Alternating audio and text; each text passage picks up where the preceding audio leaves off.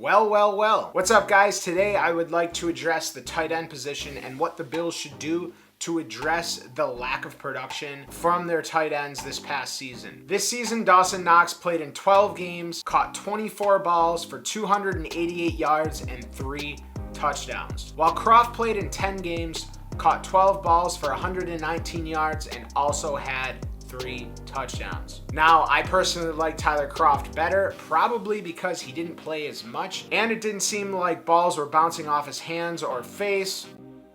But it's whatever, I don't think he's the answer either. With Tyler Kroft highly likely to not be on the team next year, and the looming retirement of Lee Smith, that is going to leave the tight end room with just Dawson Knox. Although I'm willing to have him on the team at his rookie salary, he definitely regressed in his second year, and the Bills should definitely be looking for an upgrade. Today I'll be going over some tight ends that are scheduled to become free agents, and explore potential trades that the Buffalo Bills can make for a tight end. Speaking of trades, let's start with Zach Ertz. Pro Football Focus came out with a projected trade that would send Zach Ertz to Buffalo for a 6th round pick. Now, this all sounds well and dandy. Zach Ertz, when healthy, was amazing. In 2017, 18, and 19, the guy was a beast. Now, in 2020, he was battling an ankle injury. He had 335 yards receiving and 1 touchdown. Now, in the worst year of his career, he already had more receiving yards than Dawson Knox. When healthy, this guy's awesome. The downside of this contract is he is scheduled to make $8 million a year.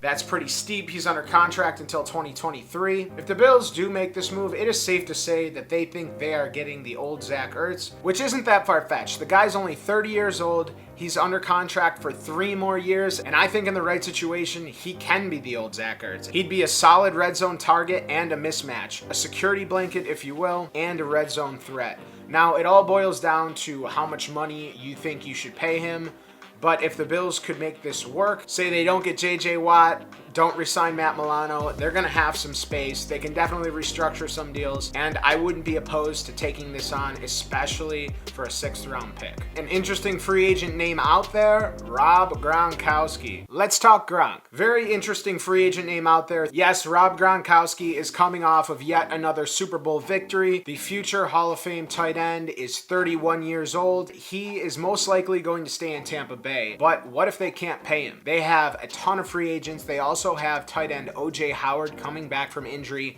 and Cameron Brate on the roster, who are both younger than Gronk. Gronk is still super productive for his age, as you saw in the Super Bowl. He's a great all-around tight end. He's going to the Hall of Fame for a reason. Now, Spot Track is saying that he's going to command $8.5 million a year, but if the Bills were to sign him to a 1-year deal at $8.5 million, I think that'd be good for both parties. I know the Bills value veteran leadership. Maybe he's a guy who could take Dawson Knox under his wing, maybe help develop him further, while being the top tight end on our team. Now, he would obviously have to be willing to come here, but he's from Buffalo. And who wouldn't want to play for their hometown team if they had the opportunity to? I would love to see him in red, white, and blue. I think he would be a great addition to this offense. And if the Bills decided to go that route, I would 100% support the move. So I just mentioned that the tight end room in Tampa Bay is crowded. Somebody the Bills could potentially trade for is tight end Cameron Brate. Now, Brate is scheduled to make $6.5 million this year. He showed out in the playoffs. His numbers haven't been eye-popping, as to be expected, playing behind Gronk and O.J. Howard in years past. But this guy is a sure-handed tight end. He's not going to be dropping balls. He catches everything, doesn't get rattled.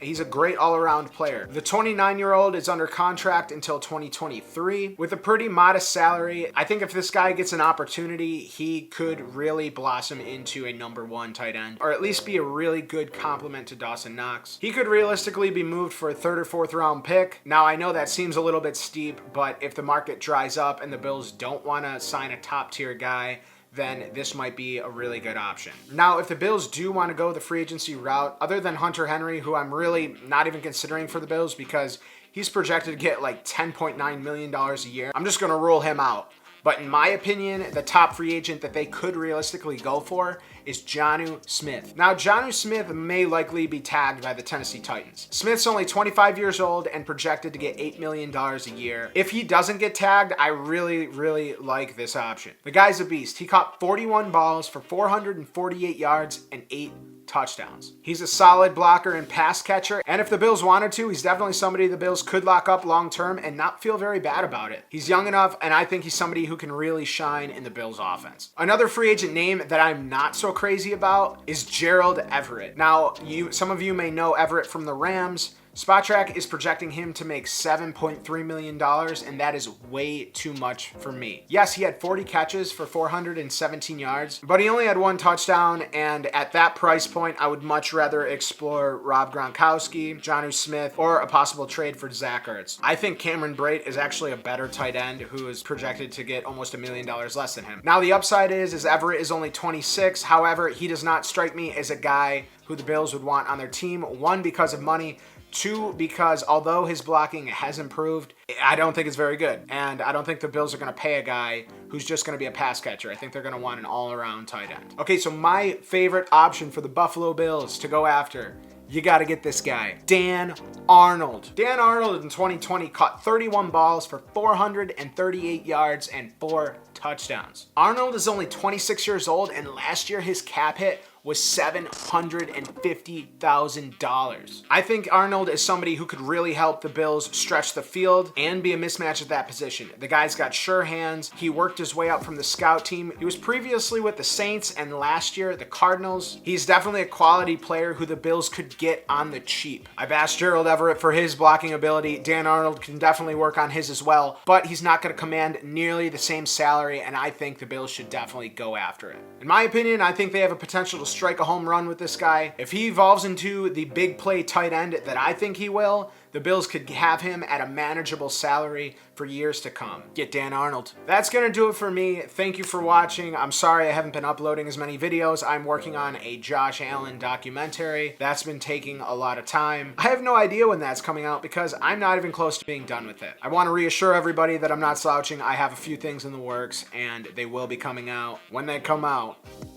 I guess. I hope everybody is having a great start to their week. Grind it out and go Bills.